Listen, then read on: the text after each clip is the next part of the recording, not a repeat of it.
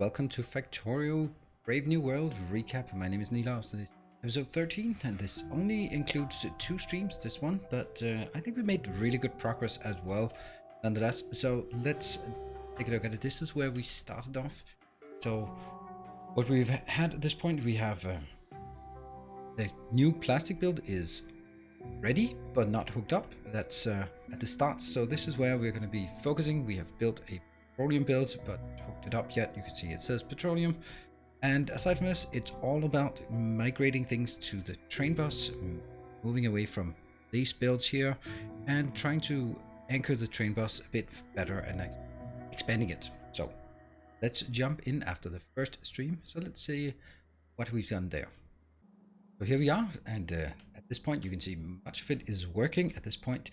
And this is a bit of a on and off thing. Sometimes science is working, sometimes science is not working. At this point in time it is operational, and we're coming back up here towards our target 1.3k, and it's actually, there's a lot of things back and forth here, but it's kind of going okay. But I'm also kind of thinking that we want to get it a bit more.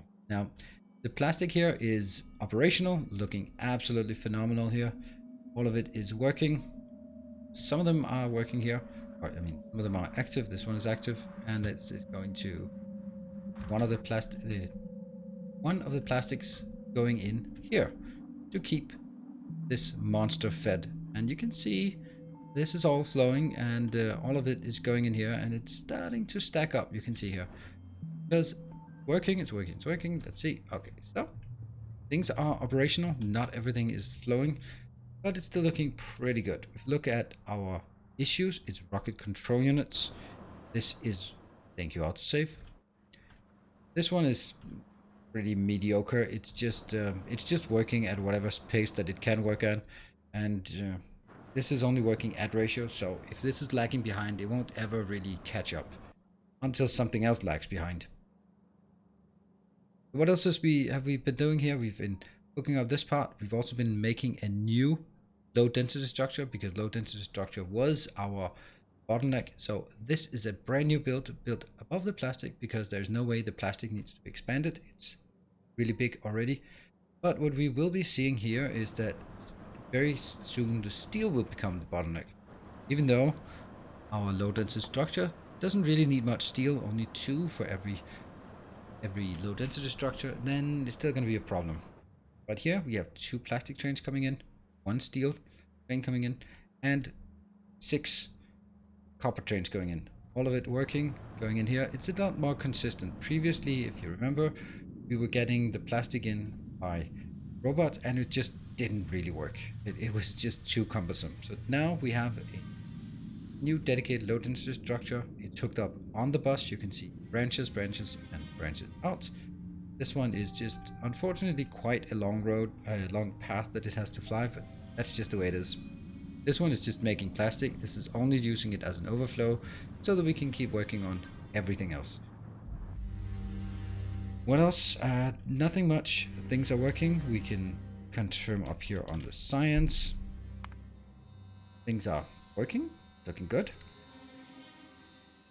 And only rocket control units is out at this point. So the next thing we want to do is actually we want to take out this old derelict iron facility. We have trains here. No, we don't have any trains at this point. And we have over here, we have, well, the disaster is already waiting to happen. We have no inbound steel. The reason why we have no inbound steel is because, yes. So let me take this moment to show you an edge case. Well, I was heard it was called a fence post case. So this one, these two, this one is measuring against the average. So the average here is 0, and what I'm saying is, if the value is less than the average, enable the station. But if the average is 0 and the station has 0, then it doesn't activate, does it? No, it does not. And that is exactly the essence of the problem here. If I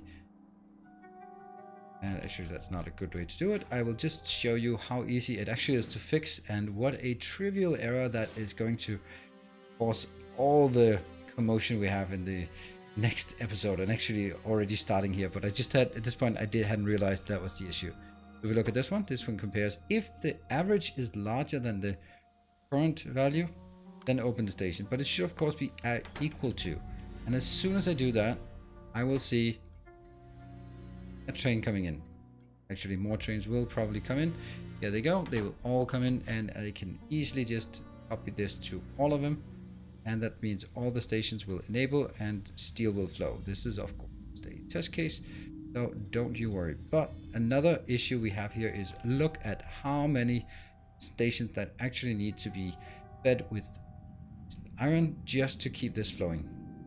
We're going to look at this one. This has to be removed as well. So we need to get this one and this iron and the steel operational. And already immediately we see the stuff coming in. So quite a trivial error with quite a trivial solution, but it's I would call it a classical programming error when you are used to programming, and I'm not.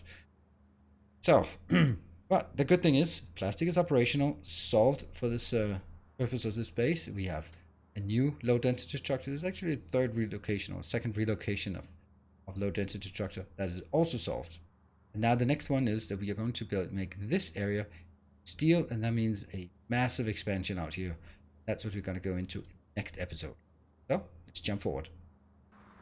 So here we are now. At this point, I actually have to zoom out even further to get the whole base into perspective. We are below the credits, so we are officially running out. Well, maybe that's a bit of an overstatement.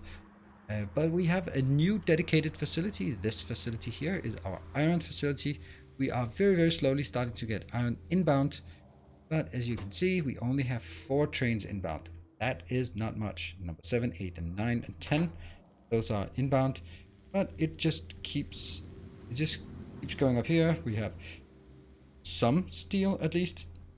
And that goes into all our stations. We know that these 6 stations will be sufficient to keep us happy. We just don't know exactly needs to bounce. Because, for example, one of the trains goes to low density structures, and the amount of steel needed at low density structure is that must be per minute.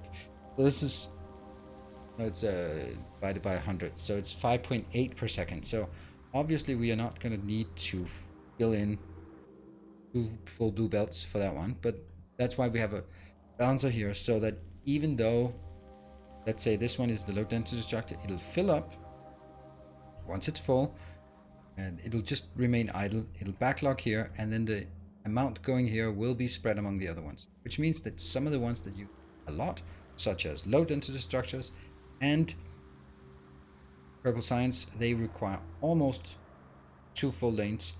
When that is operational, then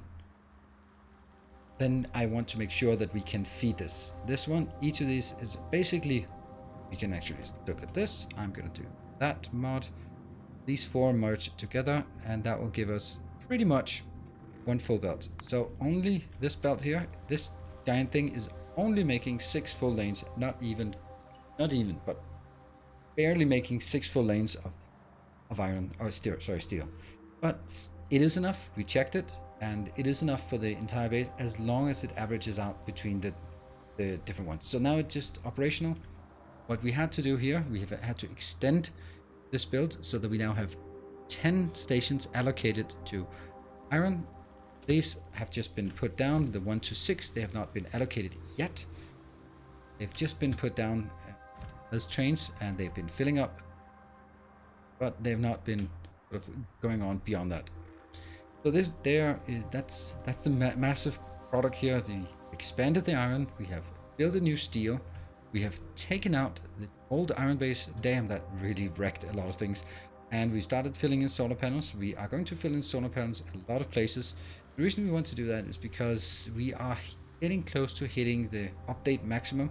And if I could take out the uranium, the nuclear fuel, I think I could regain a bit of updates. It's not much, but it might enable us to keep going. So we're gonna find like locations where we can just stamp down lots of solar panels wherever possible.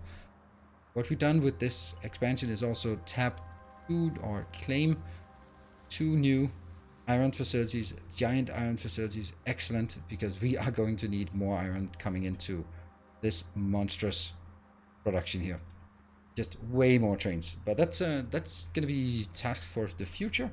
Expansion from here will actually be dealing mainly with, first of all, tapping these, and then also looking at what are the other things. We're going to transition out of this location into the new one, take this out, then we're going to just step back for a bit and just check if we're actually performing. And I am sure that new bottlenecks will pop up that we haven't even foreseen, but that's totally fine. This is kind of how the base works, and we'll just solve the next problem. We also would like to eventually, like, some of these builds out here are really, look at this, all of this crap here. Like, for example, this one, it's so easy to fix, to get the iron somewhere else. So we could also like really simplify a lot of our train system by taking some of the small builds that are really embroiled in the spaghetti here and making them as nice branches. Maybe like here, that's a small area, that's plenty of room here, and maybe here, maybe here. You know, there's lots of options for where we could place things, and I think that will help a lot. So we can get some of this train spaghetti out, so that we ideally only have these lines, and then horizontal, vertical lines in the bus, horizontal lines as output. That might even mean removing, or not removing, but moving the copper as well. You never know. It might be something we want to do. It might be something we don't want to do. Let's just see how things pan out. This base is intended to continue until about the 14th of August, where Factorio goes live. So I'm gonna keep tweaking and turning and building new awesome things in this base for, let's say, about 2 more weeks, and at that point we're going to start a new base. And I don't really know the concept, but it's going to be connected to the launch of Factorio, where we start streaming. We stream the whole weekend, and we're going to take that base and just propel it into a giant vanilla, probably. It probably has to be vanilla train base. I'm going to refine this train system, so I think I'm going to use this train system in the future as well, but it definitely needs some refinement, that's for sure. But I like it. It has potential. I think it's performing way better than I thought, and with a bit of refinement we can take away the biggest problem being the train spaghetti that ensues. If we can get rid of the train spaghetti, I think we're onto something interesting here. Now, with that said, I think we're going to wrap up this one. There we go. Science completed. Thank you very much for watching. If you want to join our streams, I'm streaming Tuesday, Thursdays, and Sundays over Twitch. Address is twitch.tv/Nilaus. You're very welcome to drop by. I love the live interaction we have over there on the Twitch chat.